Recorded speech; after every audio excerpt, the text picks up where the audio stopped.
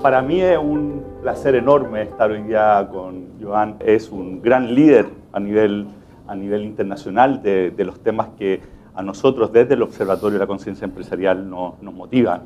Nosotros estamos convencidos que estamos en un momento en la historia en donde el mundo cambió y tenemos el riesgo de diverger, de hecho, ¿no? En términos de que tanto el planeta como la sociedad diverja de un camino de paz y prosperidad para todos. Y en ese contexto, y después podemos conversar desde dónde, nosotros lo vemos desde que se incorporaron, se acoplaron varios fenómenos en la sociedad, todo el tema tecnológico, la emergencia climática y una profunda crisis de sentido en la sociedad. Esos tres fenómenos se acoplaron y produjeron entonces un cambio de paradigma en donde la sociedad hoy día está expectante y con riesgo de diverger. Y en ese contexto es que estamos convencidos que el camino para encauzar esto, la pieza clave, diría yo, es la empresa privada. La empresa, por la capacidad que tiene en términos de gestión, de recursos, de creatividad, es la empresa la que puede encauzar esto y conducir hacia un modelo que sea mejor para todos. Nosotros hablamos de que la empresa tradicional tiene que cambiar desde un modelo tradicional, desde modelos de negocio tradicional, donde maximizan utilidades, hacia modelos de valor en donde producen y generan valor para todos los públicos de interés. Y en esa transición, además, la gracia que tiene es que terminan siendo más rentables.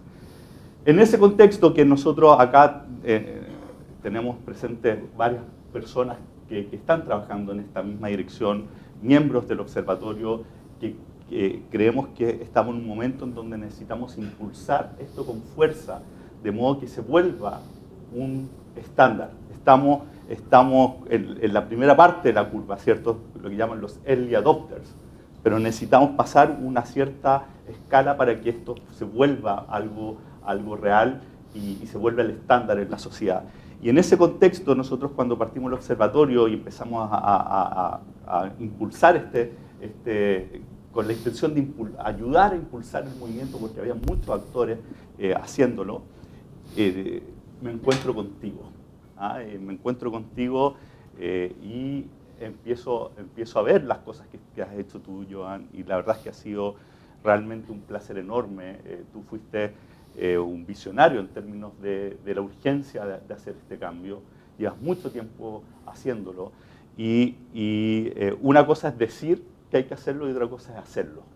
Y tú dices y haces, y eso es lo que hace que sea particularmente interesante el caso que vamos a conversar ahora, y lo haces más encima desde una industria que puede ser una de las más complejas, que es la banca ética. Así que, Joan, muy bienvenido, muchas gracias por estar hoy día con nosotros. Esta es una conversación entre amigos, así que más que una charla, como hablábamos, vamos a hacer una gran conversación, y me encantaría partir pidiéndote que nos contaras cómo llegas tú a esto de la banca ética, qué es la banca ética, qué busca, y si es rentable este camino o no. Pues en primer lugar, muchas gracias por esta oportunidad, porque antes lo hablábamos, ¿no? Yo estoy convencido también que el cambio social vendrá desde el mundo empresarial. Tiene que cambiar muchas cosas. También la educación, que es otro ámbito al que me gusta dedicarme. De hecho, era mi vocación. Mi vocación era ser profesor, educador. Lo que más odiaba cuando era joven era la banca, y a los 18 años dije que lo último que haría en mi vida es trabajar en un banco, y ahora llevo 48 años. Porque el destino, o el karma que dicen los orientales, te pone delante no lo que te gusta, sino aquello que necesitas, ¿no? Entonces vi que era la gran oportunidad. Un banco es un lugar donde se maneja el dinero, unos lo llevan, otros lo piden, pero el dinero al fin y al cabo es relación entre seres humanos, ¿no? Por tanto, descubrí que a mí lo que más me gusta es la relación entre los seres humanos. Por tanto, aquello que dije que nunca haría, pues ahí llevo toda la vida. Y cuando algunos me preguntan si no me pienso jubilar, no, cuando me muera. Mientras tanto no, porque disfruto haciendo esto, ¿no? Me da sentido a mi vida, o a lo que yo tengo como valores espirituales, la oportunidad de llevarlo al mundo, ¿no? Y banca ética, el nombre de ética, banca ética de entrada es una provocación. Y hay personas que dicen, bueno, no deberías usar ese nombre, porque parece que estés insinuando que la otra no lo es. no lo insinúo, lo afirmo directamente, lo cual molesta mucho, pero lo hago para provocar, con un poco de humor y respeto, pero provocar en el sentido etimológico, provocare, vocare es llamar, hacer algo. No es ética en el sentido de que, no solo la banca, ¿no? La economía moderna, ya desde Adam Smith, por nombrar a alguien, ¿no? Ha puesto centro de la economía el dinero y el beneficio, y el ser humano ha ido quedando marginado. Los criterios, las decisiones que se toman están basadas en los beneficios, en el crecimiento. Las personas son recursos humanos, son costes en un balance, y no nos hemos dado cuenta que nos hemos ido apartando nosotros mismos, nos hemos automarginado, nos estamos castigando, y ahora con la inteligencia artificial y el transhumanismo y el posthumanismo, pues entramos en otro ambiente de más peligro todavía, ¿no? Entonces, banca ética es una llamada a poner conciencia. ¿Qué significa ético?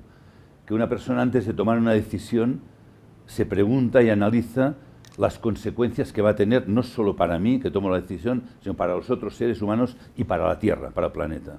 Y la decisión busca esa armonía, ese respeto global, porque además la historia nos ha mostrado, a pesar de que nos empecinamos, de que cuando no tenemos eso en cuenta, la vida nos devuelve, o sea, esto no funciona, ¿verdad? Claro. Cuando solo buscamos crecer y crecer y crecer, pues como la última gran crisis del 2008, que desaparecieron, las cifras exactas no lo sé, porque según los medios hay un número u otro, pero entre 20 y 30 billones de dólares del mercado. Billones no de los americanos. O sea, millones de millones desaparecieron. ¿Cómo pueden desaparecer? Me pregunta la gente. Pues igual que se habían creado artificialmente, desaparecieron, y todo esto provoca dolor y sufrimiento. Por tanto, ha llegado un momento de poner conciencia, decir, ¿qué es una banca ética? Bueno, un banco es un lugar donde la gente que tiene dinero y que de momento no sabe qué hacer con él, lo lleva allí para que se lo gestionen, ¿no? Yo a veces digo, bancos no tienen dinero, los bancos gestionan nuestro dinero. Yo fíjate que en 48 años de experiencia, especialmente los 30 primeros años de banca tradicional, jamás nadie me preguntó, Joan, si yo llevo el dinero a tu banco, ¿vosotros qué haréis con él? Nadie, ni a mí, ni a nadie que yo conozca en banca. La gente pregunta, oye, ¿cuánto podemos ganar? ¿Dónde hay mejor rentabilidad? Esperan tener una cierta liquidez, seguridad, liquidez, rentabilidad. Esto es lo que había en los bancos, ¿no? Bueno, ya lo de la seguridad, ya con las últimas cosas ya ni eso, ¿no? Pero nadie preguntó, ¿a quién sirve mi dinero mientras yo no lo uso? Y te encuentras personas con unos principios éticos, con unos ideales, con unos sentimientos, pero que cuando hablamos de dinero se produce una esquizofrenia. No, el dinero es el dinero, no mezcles. Esto incluso me pasó una vez con una congregación religiosa muy importante de España, muy importante, con siglos de historia, manejando una cantidad de dinero muy importante, que es otra pregunta, si esto es lo que les corresponde, pero esto sería otro tema. Y les hablé digo, pero ¿cómo estáis invirtiendo en cosas que están contra vuestros principios espirituales? Bueno, no, ahora no mezcles la espiritualidad con el dinero. ¿Y cómo que no? A ver, revisa el ejemplar de la Biblia que te compraste, a ver si es que le falta alguna página, ¿verdad? Yo lo digo así, dentro de esta provocación humorística que me gusta hacer. Digo con humor porque es tan duro que si no pones humor, la persona se encierra más en la coraza y no consigues nada. Con el humor deja una grieta que puedas seguir entrando en su alma, es decir, no te das cuenta que eso no tiene sentido. Entonces, banca ética, es decir, es un banco, gestiona dinero de ahorro, de inversiones, de fondos de inversión, y busca, hay muchos proyectos, muchas ideas en Latinoamérica. Yo ahora me muevo desde México hasta la Patagonia, casi todos no, pero la mayoría de países. Latinoamérica tiene una gran creatividad. Yo que soy de Europa, de Barcelona, cuando vuelvo a Europa, digo, no le llamen el viejo continente, es el continente envejecido. O sea, sobra de todo, sobra recursos, hay desánimo, la gente se queja de todo, no hay creatividad. Aquí sí, pero la gran tragedia es que ves grandes proyectos que no salen adelante porque no encuentran financiación o no encuentran financiación adecuada. Entonces, banca ética es decir, vamos a hacer que el dinero de la gente fluya a proyectos que van a crear riqueza. Yo me acuerdo cuando estudiaba en la universidad, decían, economía es crear valor. Se ha perdido esto, no se crea valor, se crea dinero. Y por eso un dinero burbuja, que como que es insostenible, pues el mercado de vez en cuando lo elimina, ¿no? Banca es esto, es decir, tener criterios de inversión. ¿Vamos a financiar empresas? Sí, pero todas no. Las que den dinero, no solo. Las que tengan un proyecto que aporten, en nuestro caso, que aporten valor a la cultura, al desarrollo social o al medio ambiente. Y cultura es tan importante como el otro, porque por no cuidar la cultura, es que una sociedad, yo a veces lo digo, queda disimulado por la tecnología, pero estamos en una nueva edad media. Una nueva edad media de, aparentemente, cultura. No hay una renovación de la cultura profunda. Ya no digo leer a los clásicos. Daba una charla en un colegio, hablaba de Dostoyevsky, que me encanta, y cuando dije Dostoyevsky, los decían, ¿Dosto qué? O sea, no habían hablado, podría hablar de Dickens o de Goethe o de quien fuera, ¿no? Entonces, la cultura es algo que nos hace crecer espiritualmente y nos permite que no perdamos el rumbo, ¿no? Seducidos por los cantos de sirena del consumo, el dinero, tal. Entonces, banca ética es más que un banco, si hemos dicho, es financiar. Hay un segundo punto que tiene que ver con lo que he dicho antes, que es la transparencia. O sea, los clientes tienen el derecho y tienen la responsabilidad de saber qué se está haciendo con su dinero.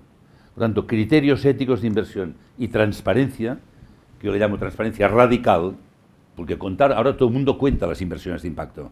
Banco tal ha hecho tantos millones de inversión de impacto positivo y las de impacto negativo, estas no se cuentan. Entonces, transparencia radical, esto hace también un despertar de la conciencia, esto es banca ética. De la otra banca no hay transparencia radical, no hay criterio, o sea, el primer criterio es máxima rentabilidad. Con el cuento, claro, es que los accionistas, el ROE y tal. Nosotros tenemos accionistas y lo que nos exigen es ética y creación de valor. O sea, también hay que educar al accionista, decirle, no todo es dinero. Y al que no le interese, pues que se vaya a otro banco. Yo sé que hablo un poco contundente, ¿no? Por eso digo, sí es provocar, es llamar, es decir, esto no veis que no puede seguir así, que sobra dinero en el mundo. Hoy sobra dinero en el mundo y hay miles de proyectos que no pueden salir por falta de... O sea, hay que sanar esto y hacer que el dinero circule, como la sangre en el cuerpo, que circule, que llegue a cada célula para que provoque vida, ¿no?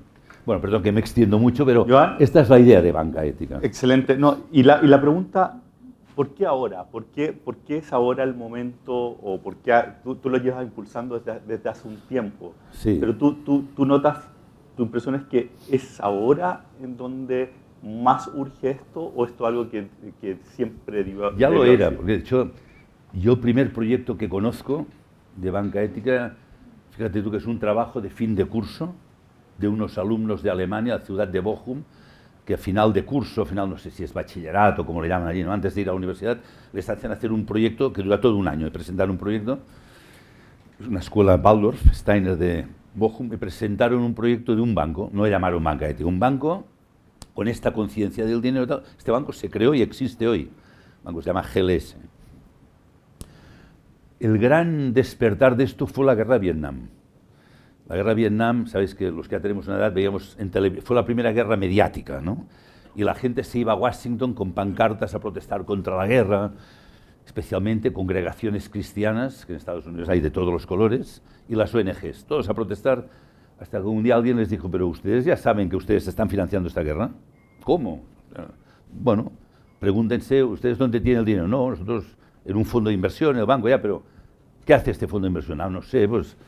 Ya, pero ¿ustedes qué le han dicho al director del banco? Aunque dé la máxima rentabilidad posible, ¿no? Lo lógico, no es lo lógico, es un criterio. Máxima rentabilidad, hombre, las guerras son sumamente rentables, por esto se siguen provocando. No entraré en tema de guerras, pero... Y allí empezó un despertar, no, hombre, tenemos unos criterios, ¿no? Esto me ha pasado, he dicho, congregaciones cristianas, me ha pasado con grupos de judíos, con budistas, o sea... Esta división, tengo unos criterios, pero el dinero, máxima rentabilidad. Pues vigila que esta máxima rentabilidad igual está en contra, ¿no? O sea, hay que introducir los criterios. Por lo tanto, a finales de los 60 empezó esto. El banco en el que yo trabajé en Europa, un banco europeo, nació en Holanda, pero se extendió por Bélgica, Inglaterra, España, Alemania. Triodos Bank nació en el año 71, primero como fundación y el 80 ya como banco. Es decir, que esto no es nuevo de ahora, porque ya veían el rumbo que tomaba la economía. Crecimiento. Claro, a veces yo, cuando hablamos de crecimiento, lo comparo. A mí siempre me gusta buscar ejemplos de la biología, de la medicina, no de la matemática. Las matemáticas sirven para un aspecto de la economía. Para otros es más útil la biología, la medicina. En el organismo humano, cada órgano tiene una forma, un tamaño, una función. Páncreas, hígado, riñones, corazón. Cuando un grupo de células se olvidan que forman parte de un organismo y de su función y empiezan a crecer, esto se llama cáncer y mata al organismo. La función del hígado no es crecer, Entonces, en este organismo social que formamos todos, que aunque muchos no lo perciben todavía, nos percibimos aislados porque tenemos conciencia individual. Pero somos un organismo global. Cualquier cosa que hace uno afecta a los demás. Entonces hay personas que quieren crecer mucho más que los demás. Y esto ni tiene sentido, ni es saludable, ni para ellos. Entonces, este modelo de crecimiento viene, entraríamos en otro tema que no sé si toca hoy, si queréis, perfecto, sino que tiene que ver con el propósito de vida. ¿Por qué la gente quiere crecer? ¿Por qué la gente quiere maximizar los beneficios? Claro, yo he conocido miles de clientes y a mí me gusta, como decía, provocar, y yo les pregunto, ¿por qué quieres tener más utilidades? ¿Por qué quieres crecer? Nunca me contestan. Me dicen, hombre, Joan, ¿qué cosas tienes? No, pero contéstame, bueno, basta de tonterías, hombre, pues hay que crecer porque hay que crecer. Hay que ganar cuota de mercado. Entonces, ganar cuota de mercado es que tienes que sacar clientes a los demás y todos tenemos que ganar más que los demás. No tiene sentido. Y entonces ya no, a veces yo no soy consultor, pero colaboro en consultorías. Y te voy a poner un ejemplo concreto. Una vez al director general de una empresa metalúrgica en Cataluña, una empresa mediana, casi 500 trabajadores, primero le pregunté por la misión de su empresa. Digo, ¿cuál es la misión de tu empresa? Porque ya vi que iba un poco desorientado. Se me queda sin misión. Dice, bueno, este año queremos crecer las ventas un 30%. Digo, no, me refiero al propósito. Propósito.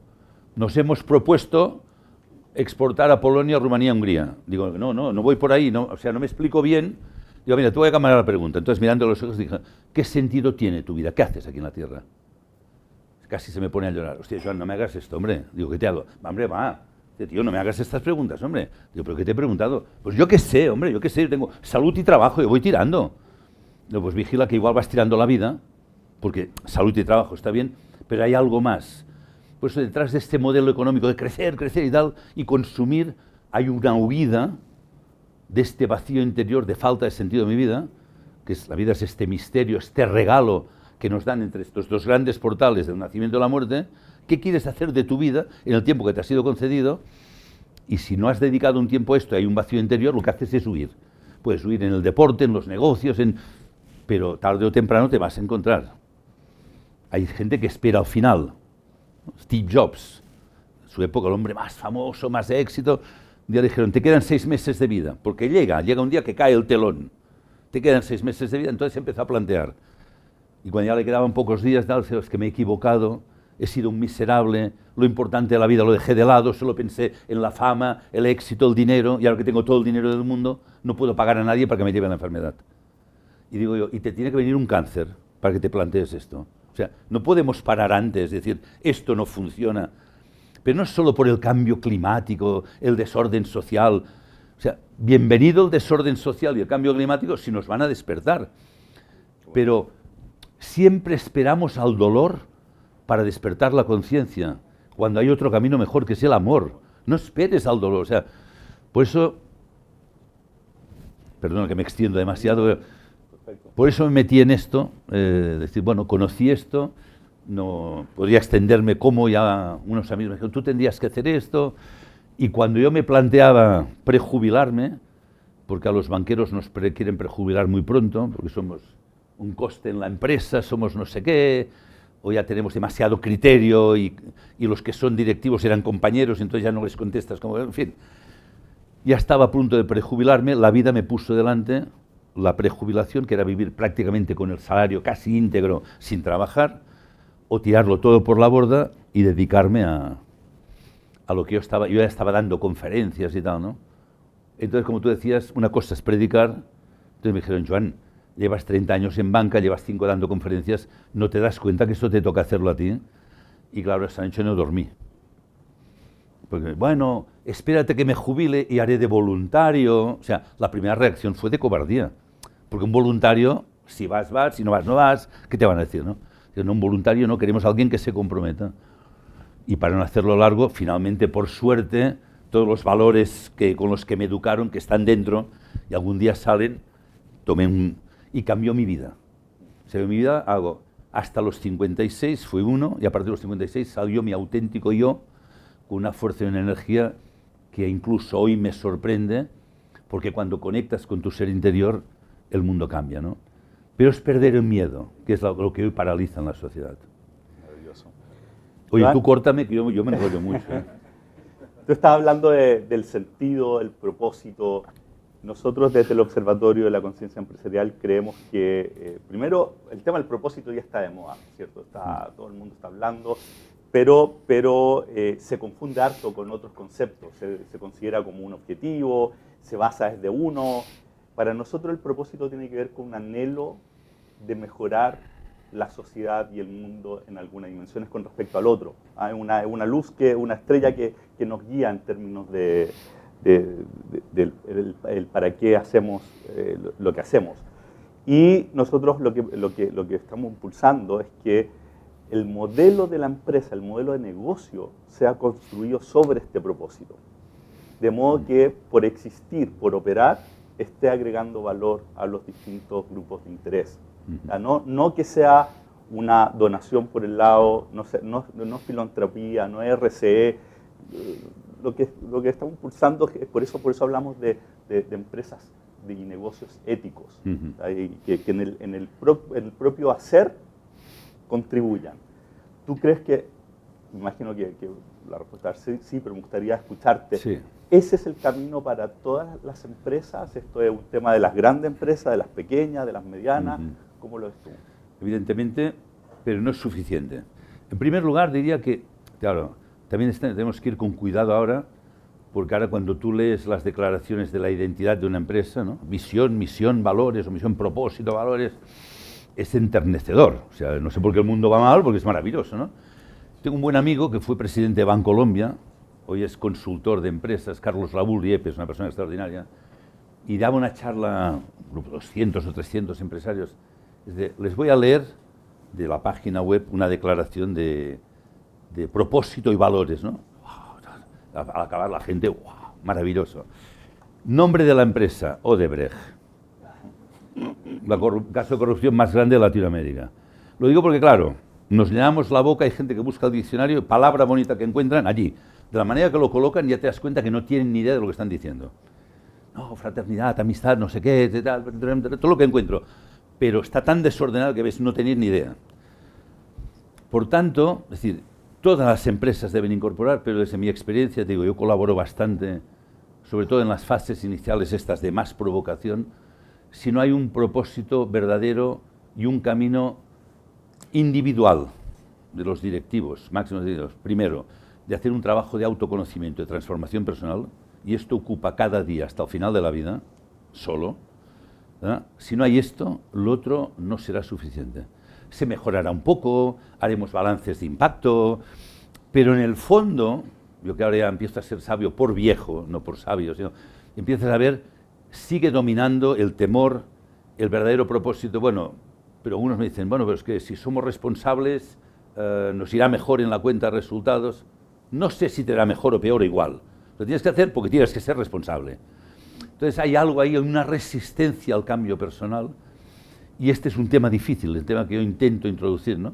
Yo doy retiros, seminarios para directivos, no para empresas, porque he visto que cuando lo haces para una empresa no funciona, porque claro, uno de la empresa, lo he hecho incluso con políticos, a mí me gusta el riesgo, ¿no? Lo he hecho con gobiernos locales, es una pérdida de tiempo, porque no saben salir de su rol. Yo soy el CEO, tú eres tal, entonces nadie es sincero, entonces no funciona. Para perder el tiempo ya no lo hago, pero cuando personas de estas están en un ambiente que tienes un médico, un ingeniero, un directivo, no sé qué, o sea, y hacemos el pacto de que lo que se habla aquí queda aquí, ¿no? Como dicen las películas, lo que pasa en Las Vegas queda en Las Vegas, y las personas se sinceran, ahí empieza una posibilidad de cambio personal. Si no hay una voluntad de cambio personal y de trabajo personal, individual, yo le llamo espiritual, que no necesariamente religioso, espiritual es de autoconocimiento y tal.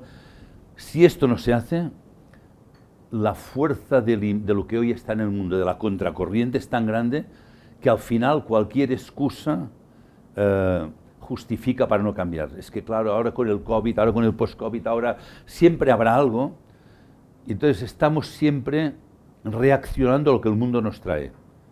La gente dice, no, claro, es que ahora lo que viene, no viene. Es como los que me dicen, Joan, tú no te puedes negar, ahora viene el posthumanismo, no viene. Lo traen algunos, yo traigo otra cosa. Entonces, No podemos seguir esperando a ver lo que trae el mundo, el futuro. ¿Tú qué piensas que va a venir? No lo sé. Yo sé lo que quiero traer. Pero esto es solo con un trabajo interior potente, la gente tiene el coraje para hacer esto.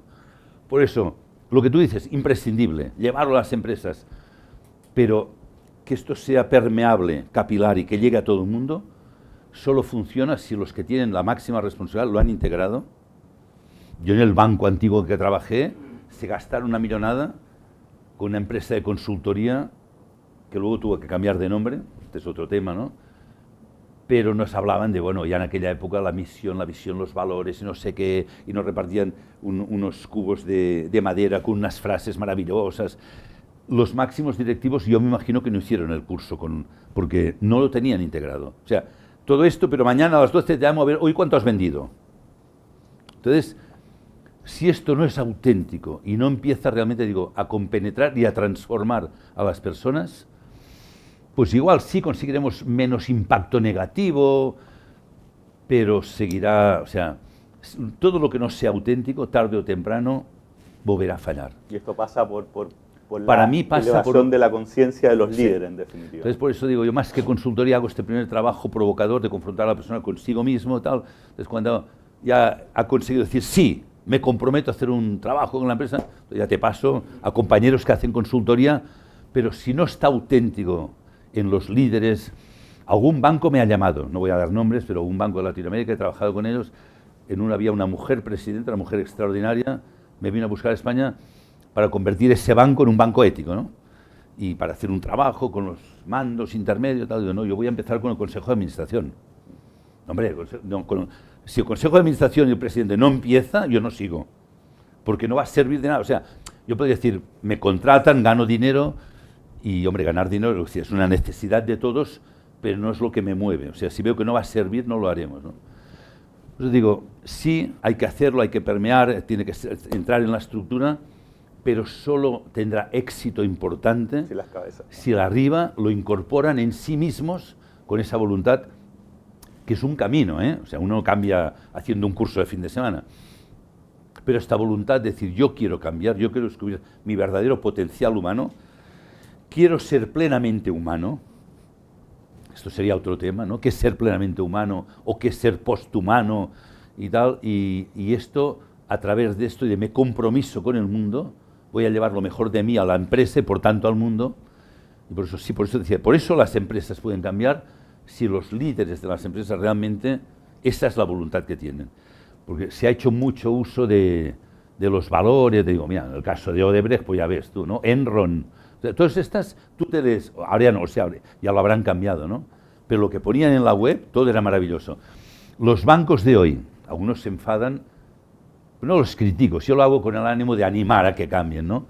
Pero hoy todos publican el impacto positivo, todos son los bancos más sostenibles del mundo, todos son éticos, todos son maravillosos, pero no es verdad, o sea, no sé si sirve la publicidad, ¿no? Había un banco que decía, el banco más sustentable del mundo, con un asterisco pequeño. Claro, cuando hay asterisco te tienes que comprar una lupa, ir a pie de página y a ver qué dice, ¿no? Dice, según la revista Financial no sé qué, que es del propio banco. Digo, vale, pues, o sea, pero ¿cuánto tiempo va a durar el engaño? Y a ti mismo, aunque te dure hasta el final de tu vida, un día te vas a confrontar con la verdad de tu vida, ¿no? Por eso yo apelo a algo más grande, es decir, a la verdad como camino, ¿no? A la bondad como forma de ser. Hoy se admira mucho la inteligencia en el mundo. La gente inteligente no está solventando los problemas del mundo. Incluso algunos los están creando. En cambio, la bondad es la opción de vida. Mis capacidades al servicio de quién las quiero poner. Y para mí esto es lo que tiene que entrar en la empresa. Joan, hay quienes plantean que el mejoramiento de la sociedad no necesariamente pasa por la empresa en particular, que no son la pieza clave, que son los gobiernos, los políticos, regulaciones, viene por otro lado. Te quería preguntar, primero, ¿cómo estás viendo tú la urgencia de hacer este cambio? Yo te he escuchado hablar de una sociedad enferma. Y segundo, ¿por qué estás convencido que la empresa es el vehículo? Sí, yo del Estado, fíjate que yo es que soy muy partidario de la libertad, soy un poco, mi país, en Cataluña, hay una tradición muy anarquista, no anarquista, violenta, sino que a mí no me gusta que me den leyes, o sea, me gusta la ley tenerla dentro. Yo no hago algo bien porque una ley me obliga, sino porque he descubierto que aquello es así, ¿no? Entonces, no me gusta mucho la intervención del Estado, ni en educación, me considero que es una intromisión que no toca. El Estado tiene que garantizar la educación de todo el mundo, tenga o no tenga dinero. Y esto se arreglaría pagando los salarios de los profesores, en fin, hay muchos caminos. El Estado no tiene que decir cómo hay que educar a un niño, o si hay que hacer 10 horas de matemáticas o 5. Al Estado no le corresponde esto, a ningún gobierno. Pero todo el mundo se quiere meter, porque en el fondo se quiere transmitir la ideología. Pero el gobierno tampoco se tiene que meter en economía. El gobierno tiene que ser, perdonad el ejemplo vulgar, ¿no?, como un árbitro en un partido de fútbol. Ojalá pase desapercibido. O sea, si alguien vulnera las normas, dice, no, esto no. Pero el árbitro no chuta un córner o va a rematar el córner o el penalti. Entonces aquí todos quieren ser protagonistas. El gobierno está al servicio para vigilar que las normas que entre todos hemos acordado no se vulneren. Por lo tanto, yo veo demasiado intervencionismo en algunos lugares. Aquí no tanto. La tradición de aquí tampoco es que la admire, porque la Chicago Boys tampoco es lo que a mí me gustaba, ¿no? Ya sé que hablar de esto aquí es un poco delicado, pero, hombre, Milton Friedman no es mi ídolo. Un hombre que decía la mejor responsabilidad social es ganar mucho dinero. Hombre, yo lo veo diferente, vamos a ser suaves hoy, ¿no? Sí, porque a veces he dicho otras cosas y tal, pero... Perdona, pero ¿no crees tú que también hay un tema temporal, en términos que quizá en un momento del desarrollo de la sociedad había que... Bueno, ahora se ha hecho una película aquí de esto y un libro, una periodista, ahora se me ha ido el nombre, que ha hecho el seguimiento de todo esto. Pero bueno, no, ahora no quiero entrar en esto, es decir, pero era el objetivo, no ganar mucho dinero, es que no puede ser este propósito. Igual que digo que solo habrá cambios si las empresas con propósito y valores son rentables. Por eso me preguntabas, la banca ética no es una fundación, no es una ONG, tiene que ser un banco, y un banco con beneficios para demostrar que esto es viable, una economía con beneficios y con valores, ¿no?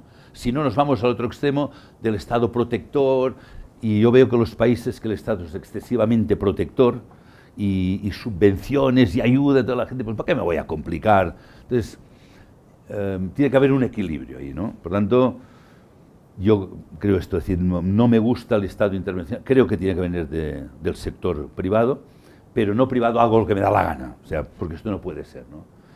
Y disculpa, ahora había otra pregunta, se me ha ido. Te preguntaba por la sociedad, en términos de, sí.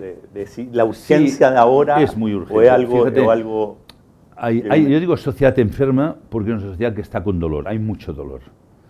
Dolor no siempre perceptible, ahora dice que me acompañaba, ¿no? Yo, en mi primer viaje a Santiago de Chile, yo me llevé una imagen, digo, esto es Europa, es una ciudad moderna, me hablaban de la renta per cápita, Producto Nacional Bruto, maravilloso. Pero claro, como vas viniendo cada 6 meses y vas viendo otras cosas, digo, a ver, un momento, porque claro, las estadísticas me dicen, si hoy aquí somos 30, y entre los 30 tenemos 30 millones de dólares, la estadística dice que la media es 1 millón por persona. Pues que a lo mejor los tengo todos yo. Entonces, claro, las estadísticas, ¿no? Entonces un día vi un estudio muy interesante, ahora ya es anticuado, ya tiene 10 años, pero había hecho por la Universidad de Chile el mapa de Santiago de Chile en colores, las rentas per cápita. Es muy interesante porque arriba del mapa a la derecha había un sector pequeñito, nivel de renta, el mismo que Noruega, más alto del mundo. Debajo, nivel de renta, pequeñito, igual que Suiza. El resto a la mitad del mapa, Irak, y el resto el Congo. Claro, a mí me da igual lo que dice la estadística. Yo he viajado por extrarradios, que en algunos lugares iba con miedo, porque los que me acompañaban iban con miedo, y en algunos lugares decían, no, aquí no entramos. Por eso, en una reunión de empresarios, ¿cómo está?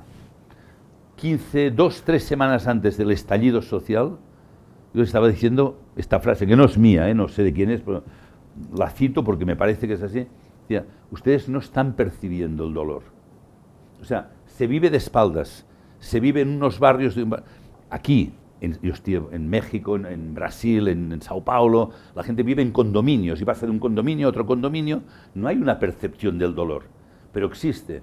Digo, y si hoy no hacemos algo por amor, lo vamos a pagar con dolor, el dolor se va a compartir. Parecía profético, 3 semanas, muertos, y el COVID paró, si no habría habido más muertos, más. ¿Por qué? Porque hay dolor, un dolor de una sociedad que la mayor parte de la gente tiene que ver cómo va a sobrevivir. y de tanto hablar de sobrevivir, no pueden vivir una vida plenamente humana.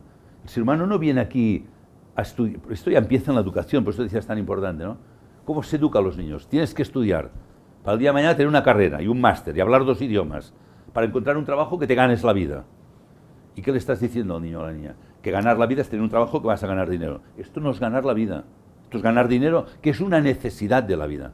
Ganar de la vida es que cuando llegue este final hayas dicho, me he ganado una vida, he dado un sentido a mi vida. No se educa así, en general. Entonces vivimos una vida que la mayor parte de la gente, ¿a mí qué me estás contando de propósito? Yo mañana a ver cómo doy alimento a mis hijos. Entonces, la gran tragedia del mundo no es el cambio climático, no es la guerra, no es que Latinoamérica, con las 3 reservas de agua más grandes del mundo, Amazonía, Cuenca Guaraní, Patagonia, 100 millones de latinoamericanos no tienen acceso al agua. Todo esto es tragedia. La gran tragedia del mundo es que la mayor parte de las personas vivirán una vida sin sentido. Esta es la tragedia. ¿Por qué? Porque tienen que vivir pensando cómo cubro las necesidades o, como que además se inducen nuevas necesidades, pues la mayor parte de la gente humilde no aspira a tener una vida con sentido, sino a ganar dinero para consumir como los que son ricos. Entonces, pues yo digo, es urgente sanar una sociedad que se ha perdido el rumbo del ser humano y que incluso, hombre, vengo de Suiza, de un congreso, están alarmados, están intentando que no se sepa. Se ha disparado el suicidio juvenil alarmantemente. Ya está a nivel como Noruega o Japón. Primera causa de muerte. O sea, primera causa de muerte de los países más ricos es el suicidio. Pero ¿cómo es posible si lo tienen todo? No, todo no. Tienen todo lo económico. No tienes un joven que no tiene propósito de vida, que le han dicho que tienes que estudiar para tener un trabajo, pero lo que lleva adentro no es esto. O sea, no quiero entrar en temas metafísicos que hoy seguramente no toca, pero venimos con un propósito de vida. La educación, como su nombre indica, que viene del latín de educare ex ducere, es ayudar a conducir afuera ese propósito de vida. Que cada uno pueda cumplir un propósito de vida. Y al final se convierte en una lucha por la supervivencia, porque nos han enseñado las teorías evolucionistas de que la vida es una lucha por la supervivencia, que el hombre es un animal superior y tal. Teoría del darwinismo, que por cierto, tuve el honor de estar toda una tarde con Humberto Maturana, y él me decía que no compartía las teorías estas, que el motor de la evolución es el amor y la ética en la naturaleza. Y que estaba escribiendo un libro sobre esto, murió hace poco, no sé si lo pudo acabar o no, es decir, pero el modelo que nos han inoculado lucha por sobrevivir. Y de tanto sobrevivir, ya no sé, ¿y qué significa vivir? Entonces, esto se ha dejado de lado. Pues digo, es urgente, pero no por el cambio climático y por la... para poder ser humanos. O sea, lo que está en juego es el destino humano. Estamos acabando siendo, la teoría de la evolución acabará siendo cierta, que solo somos animales que luchan para sobrevivir. Y para mí esta es la tragedia. Aparte, digo, del dolor y de cosas que son insustentables. Por eso es urgente introducir esto, y sobre todo en ambientes como este, que nos podemos permitir el lujo de un día por la mañana estar haciendo esto. Por eso también tenemos una responsabilidad. Tenemos unas condiciones socioeconómicas y culturales que nos permiten percibir esto, despertar la conciencia, entusiasmarnos, pero luego el tercer paso, que es el difícil, convertirlo en un compromiso. En el caso de la banca ética, a veces lo cuento, ¿no? Mucha gente que cuando acaba una conferencia pública me dice, ay, Joan, digo, ¿qué? ¿Pero qué? Me has llegado al corazón. Digo, fallé. Yo iba al lado, iba a la cartera. Porque con el corazón no monto un banco. Hombre, igual se puede decir más fino, ¿no? Pero, o sea, ¿no? El corazón, ¿y qué hacemos con el corazón? O sea, ¿hasta cuándo no te vas a comprometer, no? Entonces, por eso me encantan estos ambientes, porque desde aquí pueden salir las decisiones. Todos vosotros tenéis relaciones con gente que puede cambiar la sociedad, ¿no? Claro que es urgente, pero no para los que lo pasan mal, para los que aparentemente están bien, aparentemente solo, porque luego lo ves, ¿no? El malestar que hay a otros niveles. Y esta transformación, supongamos que alguien dice, voy por este camino. ¿Cuáles son las cosas quizás no tan lindas de ese camino, las cosas difíciles? ¿Cómo ves tú esta transformación? Un líder de la empresa dice, ya, me comprometo, quiero hacerlo. Claro, es que, primero que te decía, ¿no? Primero tienes que estar dispuesto a mirar dentro y ver lo que el gran psicólogo Carl Gustav Jung llamaba la sombra. Otros llaman el doble, la parte oscura. Estar dispuesto a verla y transformarla. Porque no se trata de criticar, judicializar, sino se trata de ver y transformar, ¿no? Una de las nosotros algunos le llamamos el mal, ¿no? El mal, la parte negativa en cada uno, no es algo que hay que derrotar, sino que hay que transformar fuerzas negativas que, reconocidas, se pueden transformar en algo contrario. Y esto es la parte más difícil. No se está dispuesto. Incluso tengo un amigo terapeuta y tal, que la gente va a terapia, pero cuando empiezas a acercarte a según qué cosas, la gente deja ir a terapia. No es que ahora no puedo porque me coincide con la clase de inglés. Ah, bueno, claro, hombre, entonces, ¿no? ¿Por qué? Porque hay miedo. Entonces, la gran dificultad hoy es vencer el miedo. Y por esto es importante un segundo aspecto, no solo el trabajo individual, sino el encuentro y el diálogo. El ser humano crece en el encuentro y el diálogo con el otro. En cada encuentro humano, si uno está abierto, o sea, si vas a defender tus posturas no haremos nada, pero si tienes genuino interés por todo ser humano, en cada encuentro tu propio yo crece y descubre aspectos que también tienes, pero que no has descubierto, no has potenciado, ¿no? Por lo tanto, el encuentro humano, el diálogo, el compartir así, con sinceridad. Una de las cosas que me encuentro en Latinoamérica en general, me dicen que es que tú eres muy brusco. No, yo tal como pienso hablo. Ya digo, igual tengo que refinarlo un poco, porque a veces puede parecer agresivo, ¿no? Pero entre decir algo mal o callarlo, prefiero mal. Yo digo, y si alguien tiene algo contra mí, que me lo diga. Si puede ser bien, mejor, pero en Latinoamérica encuentro que hay como un formalismo social, que hay cosas que no se pueden decir. Se debe decir todo. Ya digo, preferiblemente bien, nunca criticando. Yo si tengo algo contigo, te digo, oye, quiero hablar contigo, y te lo diré. No con él criticaré lo que tú estás diciendo, ¿no? Entonces tenemos que estar dispuestos también a ayudarnos mutuamente en este crecimiento, porque personal y de la empresa. Por eso es bueno asociaciones así empresariales donde, pues esto, el observatorio, ¿no?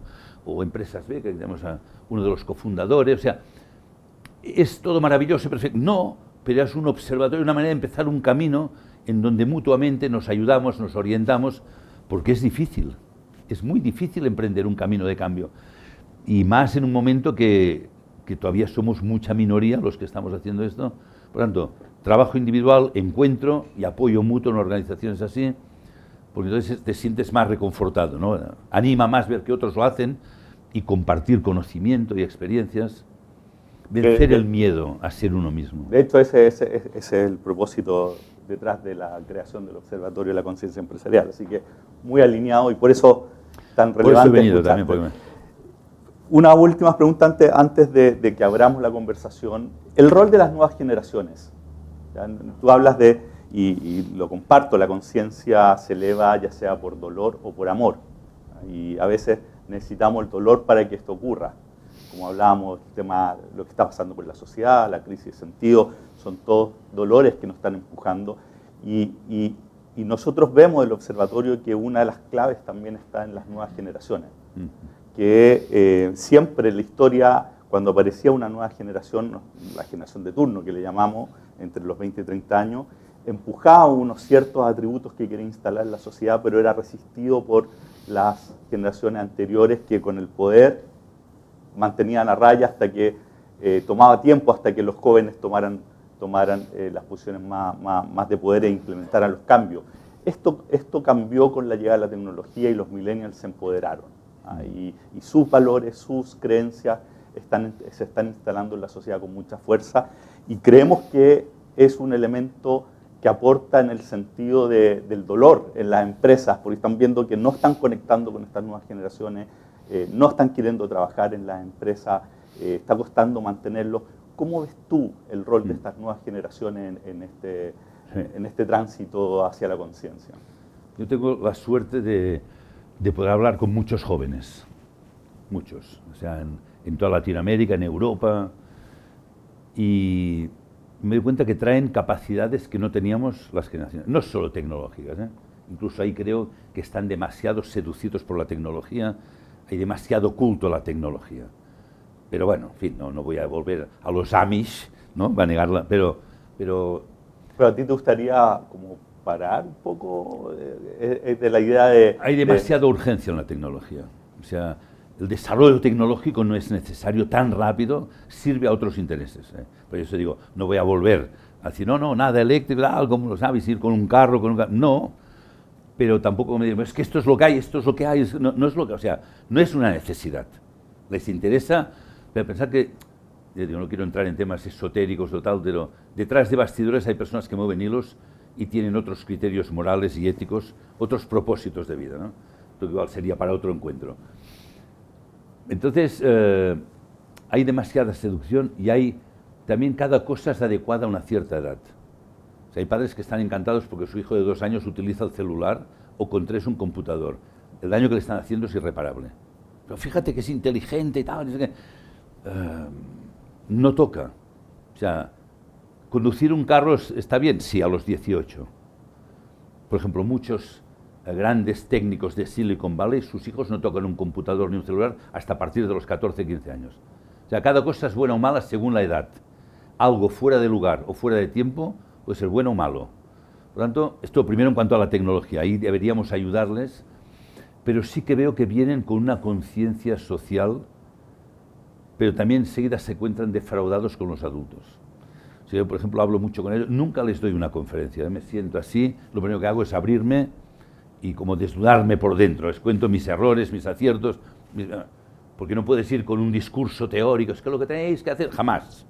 Les cuento cosas que no he contado a nadie. En primer lugar, porque lo que buscan es autenticidad. Yo tengo récords Guinness con los jóvenes, no están registrados, pero, o sea, entrar en un colegio, y claro, te los encuentras, entras y están así con el celular, y llega uno vestido así, antes iba con corbata siempre, y tal, y ya que nos va a contar este. Y al minuto, dejar el celular y no tocarlo 1 hora y media. Récord Guinness, exactamente. ¿Por qué?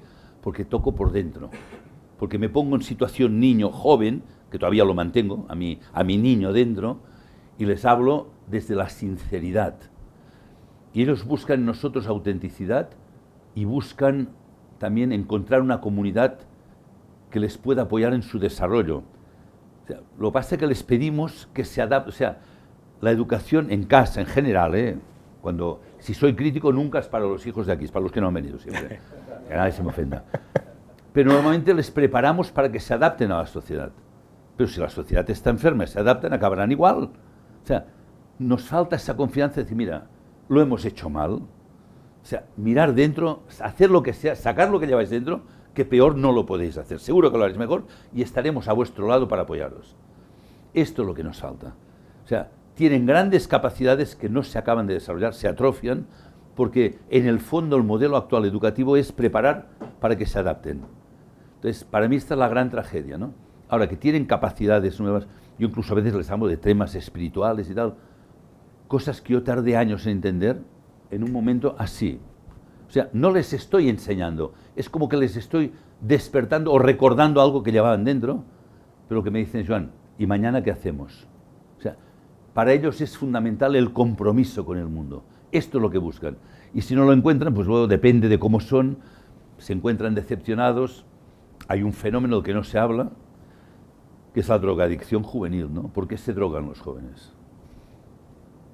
Por placer, ¿no? La droga no da placer, pero es un suicidio lento. O sea, quieren huir de una realidad que les estamos mostrando que no tiene nada a ver con lo que llevan dentro. Por lo tanto, capacidades nuevas, grandes capacidades, sensibilidad social. Yo incluso ahora ya no, pero había estado en colegios hablando a niños de 12 y 13 años, espectacular, las mejores preguntas, pero que les salían del alma. O sea, son sensibles a esto. Pero luego se van encontrando un modelo, sí, bueno, muy bien, pero ahora saca buenas notas de matemáticas, que es lo que tienes que hacer, ¿sabes? Entonces, yo creo que no estamos dejando que la juventud, infancia, juventud, saquen todo ese potencial, porque estamos perpetuando un modelo que vemos que no funciona, pero nos da miedo, ¿no? Entonces, bueno, sí, entonces, son muy sensibles a esto, están decepcionados generalmente con nosotros y buscan comunidad. O sea, si no, entonces se aíslan, digamos que están muy aislados y tal, están aislados porque no han encontrado una comunidad de seres humanos que juntos. O sea, esto se elabora desde pequeño, la educación no solo es en colegios, en casa. Yo participé en un libro que salió que se llama Competencia Mediática, de cómo tratar las adicciones, que son brutales en temas electrónicos. Y había un terapeuta que decía, pero ¿cómo vamos a tratar? Si el joven cuando le intentas decir algo dice, pero si a mi padre no hablo con mi padre nunca porque todo el día está en el teléfono. Entonces, claro, en casa es donde tú marcas el modelo de vida, los valores, pero no con lo que dices. Aquí el gran desafío es que los niños, sobre todo cuando son pequeños, aprenden de nuestro ejemplo. Tú puedes decir, tienes que ser bueno. Si tú no lo eres, no será bueno. O sea, El modelo. entonces, por eso sí tengo una gran confianza. Digo, este próximo año tengo otra vez encuentros, en mes de febrero un encuentro mundial de jóvenes en Suiza y tal, y a mí me da alegría, pero un gran sentimiento de responsabilidad. O sea, tenemos que estar, no acogiendo, no sé cuál sería la palabra, ¿no? Arropándoles, apoyándoles, pero dejando que saquen lo que llevan dentro. O sea, no haciendo que se adapten a lo nuestro. Y esto hay una gran resistencia a nivel social, el modelo educativo, que digo, está... El informe PISA. El informe PISA no habla del nivel de poesía de un país. ¿Y por qué es más importante las matemáticas que la poesía? No es cierto. Es igual. O tocar el violín o el piano. Entonces, ahí tenemos también una responsabilidad de cambiar esto. Se han sacado las humanidades de la educación. No sé cómo está en Chile, pero en general, en Europa, en España, hay gente que dice, Joan, pero ¿para qué sirven las humanidades? Si me lo dicen en ese tono me caliento, ¿no? ¿Para qué sirven? ¿Para qué sirven? Pues se llaman humanidades porque nos hacen humanos. Y una sociedad que pierde esto se deshumaniza y está así. Por tanto, es tan importante leer a Platón, como decía antes, como a Dickens, como a cualquiera. O a Gabriela Mistral, que este país la tiene un poco olvidada y es maravillosa. Por citar a alguien, ¿no?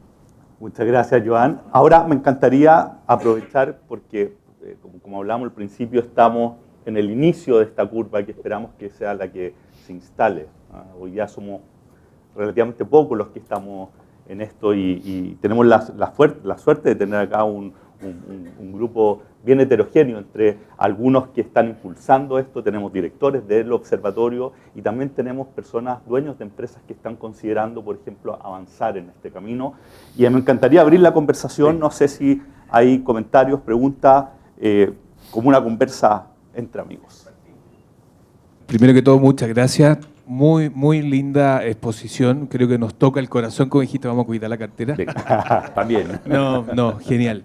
Mira, me hizo mucho sentido hablar desde el propósito y algo muy importante también es la coherencia. ¿Qué esperan de nosotros el preguntar y saber escuchar para conectar con todo un ecosistema?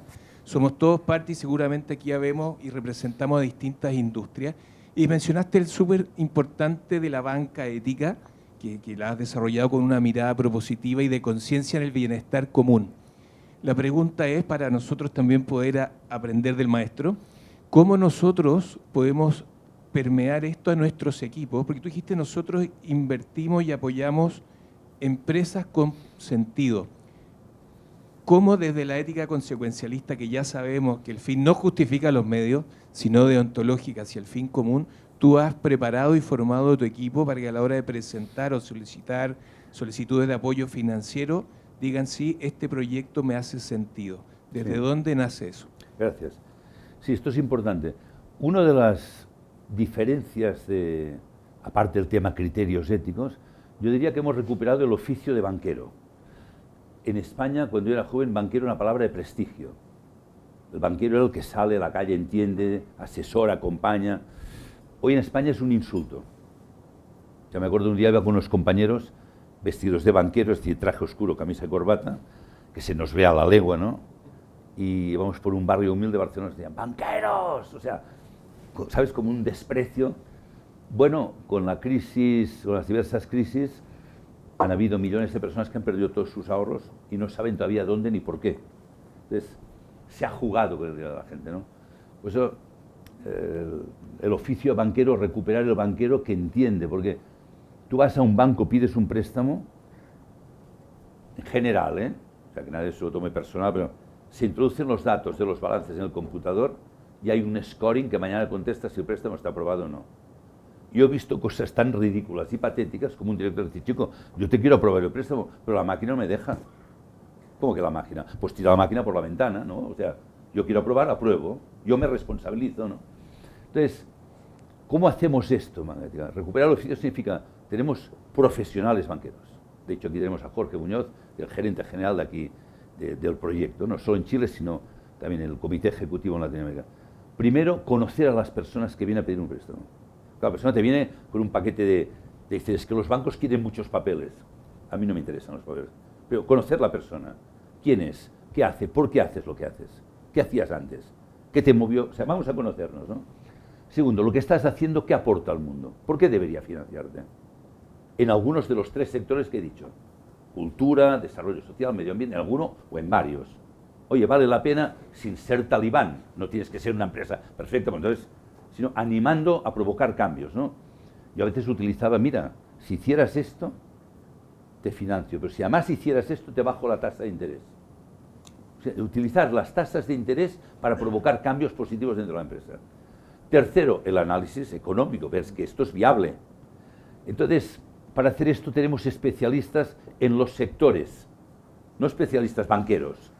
O sea, si alguien, un agricultor, te pide un préstamo porque está produciendo no sé qué, palta orgánica, no sé dónde, el banquero no sabe seguramente cuál es el ritmo de crecimiento de producción. Necesitas entender, por eso necesitamos un experto en tema medioambiental o ecológico, o sea, de agrícola, o de energías renovables, o de viviendas sociales, para ver si el proyecto tal como te lo están presentando es viable o no. Y procuramos no decir sí o no, sino decir no, así no, porque no es viable para ti. Aunque tuviera 1000 garantías, yo te negué préstamos con todas las garantías del mundo. Una vez un joven que me pidió un préstamo pequeño en Barcelona, 70, 80.000 euros, para montar una tienda de alimentos orgánicos, no sé qué, no tenía ni idea, se veía algo, ¿no? Bueno, me avala mi padre que es cliente del banco. Digo, pues no te lo voy a dar. Pero me avala mi padre precisamente por esto. No voy a poner a tu padre en riesgo porque lo va a perder. Entonces fue enfadado, fueron a otro banco, se lo dieron, evidentemente el banco dijo, ¿te avala tu padre? Ya te arreglarás. No, la primera ética es no te arreglarás. O sea, entonces la viabilidad económica, decir, no, pues en 3 años no es viable, pero en 5 con 1 de carencia sí. O sea, este acompañamiento, hacer de banquero, forma parte de este oficio de banquero, y ayudar, precisamente, cuando estalló el COVID, nos anticipamos a visitar las empresas que estábamos financiando. ¿Cómo os va a afectar esto? ¿Cómo podemos prever? ¿Cómo podríamos refinanciar antes que haya un...? O sea, ser un socio financiero, un compañero que te acompaña. No pagas, te ejecuto. Hombre, claro, si no pagas, a veces hay gente que dice, bueno, ¿y los bancos éticos? Si el cliente no paga, ¿qué le hacéis? Yo le mato y cobro el seguro de vida. Hombre, ¿cómo que qué hacéis? Dímelo tú. O sea, ¿cuál es tu plan B si esto falla, cómo vas a pagar? Lo digo porque banco ético es un banco que si no pagas no te hace nada. No, voy a por ti y a por todo. Mal si te tengo que perseguir. Ahora, si tú me pides ayuda, buscaremos soluciones. Esto es ser banquero, ¿no? Entonces, por eso digo, este modelo de banca no es solo criterios éticos, es vamos a acompañar, pero a la vez iremos introduciendo criterios. ¿Por qué no cambias esto? Mira, te voy a presentar a alguien, o sea, hacer un poco de banca de relación, no porque nos aporte más beneficio, sino porque podemos ayudar mucho desde el oficio del conocimiento bancario a introducir estas mejoras, ¿no? No sé si te contesto, pero por eso yo diría, una banca ética, lo primero que nos proponemos es ser muy buen banco. Este es el primer objetivo. Que todavía no somos banco, ¿eh? Estamos trabajando con crowdlending, ahora sacamos fondos de inversión, seguramente luego evolucionaremos a un banco digital y finalmente sí queremos tener una licencia bancaria, porque hay mucha gente que quiere ser cliente de este banco, no pueden invertir en los fondos, pero quieren tener su nómina, su tarjeta de crédito o débito. Entonces, pero paso a paso, cuando sea viable, ¿no? Pero ser buen banco. Por eso decía, demostrar que un banco moderno, profesional, puede funcionar y ser rentable, y me gustaría que fuera muy rentable, pero basándose en estos criterios, porque entonces es replicable. Yo he trabajado, he colaborado con muchos bancos en Latinoamérica, intento convencerles de que hagamos un proceso de transformación y tienen miedo de los resultados, del ROE, de los accionistas. La única vez que tuve problema con los accionistas en España fue un día que se me pasó por alto. Cada año hacíamos ampliación de capital y se hizo un folleto que yo no lo vi. Primer punto, alta rentabilidad. No veas los problemas que tuve con los accionistas. Ya empezáis como los demás, primero la rentabilidad, esto qué es, en qué os estáis convirtiendo. Si no, tú imagínate, o sea, el accionista es un ser humano, es que accionista, el banquero, o sea, somos seres humanos. Cuando hacemos este trabajo que decíamos antes de esforzarnos en ser auténticos y éticos, esto también se contagia, esto también sirve de estímulo para otros, ¿no? Y los accionistas se educan. Otros ya, no, a mí no vengas con cuentos, yo quiero máxima rentabilidad. Bueno, algún día también te darás cuenta, ¿no? O no, no sé. Pero la única vez que tuve problemas fue por esto. Bueno, primero muchas gracias por tu exposición, también comparto, muy interesante. Gracias Alexis también por la invitación y por todo lo que estáis haciendo en este tema. Yo quiero hacer una pregunta en relación a lo que hablaste del tema de crecer, o cuando el propósito es crecer. Probablemente lo que se me ocurre a mí es que en algunos niveles, sobre todo en los más bajos, por ejemplo la gente pobre, ahí quizás cuando el propósito es crecer, quizás tiene más sentido porque necesita crecer para, no sé, poder comer. Un poco más arriba, y pasa a nivel de empresas también, un poco más arriba quizás el que quiere crecer es porque quiere, no sé, tener una tele de 20 pulgadas y quiere una de 30, y quizás también es razonable, porque le gusta y disfruta ver tele. Después el rico probablemente quiere crecer porque quiere pasar de un Bentley a un Rolls Royce. Entonces, ¿cuál es el límite? Porque quizás en el principio, y lo mismo pasa en las empresas más chicas y más grandes, ¿quién define cuándo crecer tiene sentido crecer por crecer? Y cuándo ya probablemente hay que dejar de mirar el ROE, porque quizás al principio sí, y después ya no tanto. ¿Cómo se fija el límite? Gracias por la pregunta. No hay una norma general, pero a mí que me gusta buscar siempre modelos orgánicos. Yo para la economía siempre busco modelos orgánicos, de la naturaleza, de la vida, no de las matemáticas, porque me encantan las matemáticas, no quiero dar una idea equivocada. Pero yo veo, observando la naturaleza, desde el mundo vegetal, animal o los propios seres humanos, que cuando somos pequeños empezamos a crecer. Y llega una edad en que paras de crecer y empiezas a madurar y a dar frutos, a florecer y a dar frutos. Si no, hoy mediríamos 500 metros, las plantas seguirían creciendo. O sea, el crecimiento no es un objetivo, forma parte de un proceso. Crecer, pero sobre todo, después de crecer, viene el florecer y el fructificar, ¿no? Entonces está bien que la gente que no tiene nada tiene que crecer para tener un mínimo, pero también hay que vigilar que no caigan en la trampa, pues comprar un televisor de 30 pulgadas y después de 50, con sonido surround no sé qué, y después estará sumamente aburrido porque su equipo ha perdido, estará... O sea, ¿y qué? O sea, yo tengo un íntimo amigo, fue empresario inmobiliario, multimillonario, y curiosamente compartimos la infancia, juventud. A los 14 años nos perdimos de vista.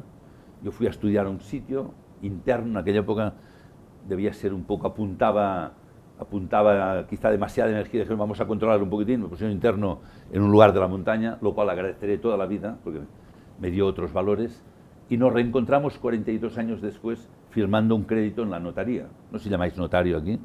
Notaría. Yo no le reconocí, claro, un joven de 14 años con el pelo largo y un señor mayor calvo. Yo no sé cómo me veía a mí, pero cuando un notario pide el carnet de identidad y lee el nombre, digo, ostras, yo estudiaba con una persona que se llamaba así. ¿Sí? ¿Dónde estudiabas? En el colegio tal. Yo también. ¿Cómo te llamas? Joan Melé. Melé, soy yo, ¿no te acuerdas? Entonces, bueno, nos reencontramos, ¿no? Y yo le pregunté, bueno, ¿y cómo te va la vida? Y me dice, estoy en una búsqueda espiritual porque estoy pasando un muy mal momento, mi vida no tiene sentido. Y en la religión no acabo de encontrar, estoy muy mal. Digo, pues mira, justo mi vida es al revés, encontré un camino espiritual y me va muy bien y económicamente sobrevivo, por tanto, oye, un día tenemos que tomar un café, me lo cuentas. Un día no, el día siguiente me estaba llamando, oye, Joan. Bueno, pasó de ser millonario, o sea, millonario coleccionaba Porsches, no sé por qué, le gustaban los Porsches y tenía Porsches, relojes, que el más barato valía 5 o 10 mil dólares, eran tan caros que los guardaba en un armario cerrados con llave. Digo, pero ¿para qué te sirven, no? Es igual, ¿no? Y tenía una casa en la isla de Ibiza, un barco con un capitán esperando por si un día quería ir a navegar, o sea, el fin de semana estaba en un jet con los amigos y vamos a tomar un mojito a Cuba, como aquel que, ¿no? Va a tomar un pisco sour a aquel lado. Todo, pero me decía, cada vez estaba peor. Y cada vez ganaba más dinero. Y cada vez, o sea, porque hubo una época del boom inmobiliario que ya no sabían lo que hacían con el dinero, cada vez se sentía peor. Pero claro, vino el boom y perdió todo. Y cuando digo todo, todo. Tuvo que vender todo lo que tenía y no fue suficiente, pedía dinero a los amigos para poder comer. Hoy da gracias a Dios de haberlo perdido todo. Dice, por fin me encontré. Aquel encuentro casual en la notaría, empecé a hablar de un camino espiritual y tal. Lo perdió todo, pero finalmente se encontró a sí mismo. Entonces, ¿dónde está el límite? Bueno, yo no me atrevo a marcar pautas para los demás porque algo interesante del ser humano es que cada uno es diferente y cada uno tiene que encontrar su camino de vida. O sea, yo siempre, mi actitud interior es la actitud, para los que les gusta la literatura medieval, hay un libro que antes en los colegios se trabajaba, el Parsifal, de Wolfgang von Eschenbach, ¿no? Parsifal busca el castillo del Grial y no sabe hacer la pregunta adecuada y por tanto no se le abren las puertas del castillo del Grial, hay toda una simbología ahí, hasta que un día pregunta al rey del Grial, que está enfermo, Amfortas, ¿qué te aflige, qué te duele, qué necesitas o qué puedo hacer por ti? Y esta es la pregunta clave que marca el cambio. Cuando uno vive llevando esta pregunta interior, no hace falta manifestarla. Cuando frente a cualquier ser humano que te encuentras llevas la pregunta ¿qué te aflige o qué puedo hacer por ti?, suceden cambios en las personas. Entonces podemos provocar que algunas personas, no porque le predicamos, es que tienes que cambiar, esto no funciona. Pero cuando tú eres, antes lo habéis dicho, coherente, ¿no? Tú has dicho, no, coherente, esto primero. O sea, antes yo os he dicho, me invitaron a hacer la banca ética hace unos años, si yo hubiera dicho no, yo nunca más podía dar una charla en público, no me habría atrevido, ¿no? Para ser coherente. Entonces, ser coherente y desde el amor, o sea, irradiar esta actitud interior, si me necesitas estaré a tu lado siempre que me necesites, esto es mágico. O sea, las personas interactuamos no solo en las palabras y los hechos, nuestros pensamientos y sentimientos tienen tanto efecto en los demás, en positivo o en negativo, como los actos. Entonces, esto puede despertar que una persona diga, pero ¿para qué crecer más? Hay personas que podrían cambiar el destino de su entorno, de su ciudad, de su país, de Latinoamérica, personas que el destino les ha dotado de un gran patrimonio. Hostia, pues, ¿a quién puedes servir tú con este patrimonio, aparte de hacerlo crecer, no hacerlo crecer? O sea, ¿cómo dar sentido? El destino, a mí me gusta hablar del karma, aunque es una palabra no, te ha dotado de esto. Por algo habrá visto en ti que tú eres capaz de hacer algo con esto en el mundo. No desaproveches esta oportunidad. O sea, no pienses solo en aumentar la fortuna, patrimonio. Yo me relaciono con muchas family office, ¿no? Pero no sigáis hablando solo de aumentar el patrimonio familiar. Empecemos a hablar de dar sentido al patrimonio familiar, ¿no? Y para los que lo intentan es liberador. O sea, algunos que han empezado, hostia, Joan, me ha cambiado la vida. O sea, me he liberado de la carga, de esta obsesión, pero no se puede ir predicando, ni dando pautas, ni tienes que... No funciona. O sea, yo estoy a tu lado si me necesitas, si me preguntan. Yo tengo la costumbre de decir, no contestes a preguntas que no te han hecho. Entonces, os he visto aquí porque me han hecho una pregunta, de alguna manera es una pregunta. Si no, guardo dentro la actitud, estaré al lado de quien me necesite, porque es más eficaz esto que querer convencer, no funciona. O sea, hablando primero coherencia, mucho amor, paciencia, lo que tiene que llegar llega en cada momento, pero lo importante es que cuando alguien llegue estemos ahí para acompañar, ¿no? Vamos a ir a la última, pero te quería preguntar mientras, ¿qué pasa con las empresas públicas? Que ahí no está el dueño claro que si cambia conciencia puede generar el cambio. Es complicado, es como las escuelas públicas, también es muy complicado, pero siempre conseguir un cambio en una persona individual provoca cambios en el entorno, siempre. Es más difícil porque hay unas superestructuras allí rígidas que hace muy difícil, ¿no? Por eso digo, mi experiencia con no sé, llamáis ayuntamiento, municipalidad. Sí, pero me refería de hecho a empresas abiertas a la bolsa más que de estatales. También depende del coraje, de la conciencia, del coraje de los que las dirigen. Muchas veces se puede hacer más de lo que pensamos, pero por pensar que se puede hacer poco, al final no hacemos nada. Mi pregunta va también algo ligado por la que dijo Alexis, también por el tema de las empresas públicas. Esto va... Bueno, ustedes como banco ética, me imagino también que invierten en bonos estatales. Yo creo que también ahí hay un tema también de límites. Ponte tú una pregunta, cuando pasa el tema de guerras, voy a poner un ejemplo entre Rusia y Ucrania, por ejemplo. Todos sabemos que después de un país en guerra empiezan las emisiones de bonos estatales. Tienen que empezar a reconstruirse, empezar a dar a las industrias, etcétera. ¿Cómo lo hacen ahí ustedes para tomar la decisión? Oye, ¿sabes qué? Compremos estos bonos de este país, tiene buena rentabilidad, porque es verdad que cuida la rentabilidad para llamar la atención también de las personas. ¿Cómo lo hacen? ¿Este país es bueno? ¿Este país es malo?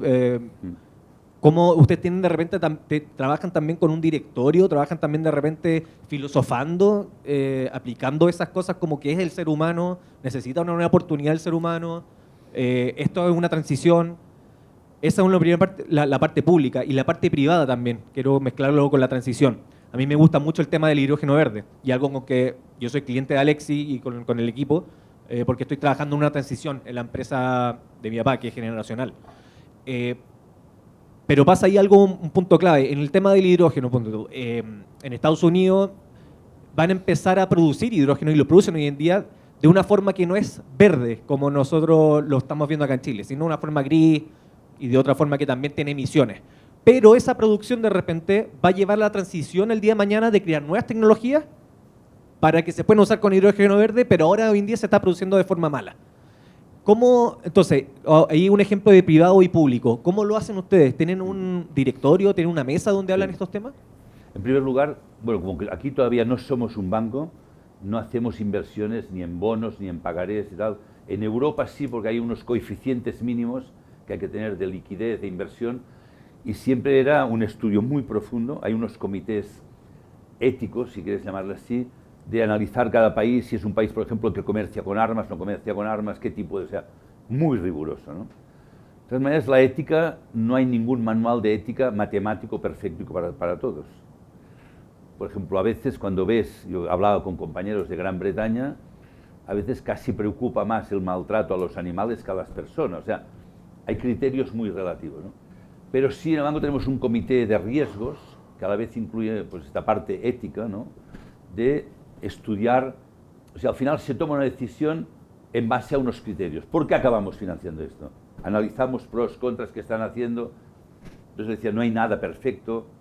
Los coches híbridos o los coches eléctricos también, el litio está provocando problemas. O sea, de momento, pero lo que es importante es que los criterios de decisión no son por rentabilidad, sino analizando todo, vemos qué es lo mejor en ese momento, ¿no? Pero hay un comité de riesgos dentro del banco que tiene esta parte ética, no solo analítica.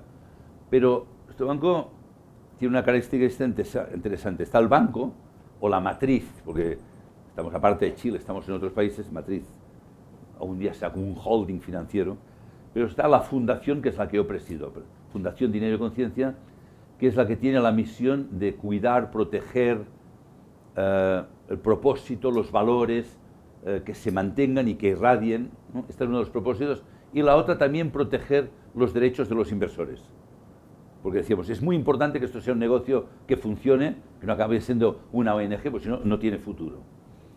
Y aquí gran parte del trabajo de la fundación es, por ejemplo, la próxima semana, cada vez que vengo tenemos un retiro por lo menos de 2 días o 3, donde trabajamos a fondo entre nosotros, revisamos, porque hay cosas que aunque las conozcas hay que trabajarlas.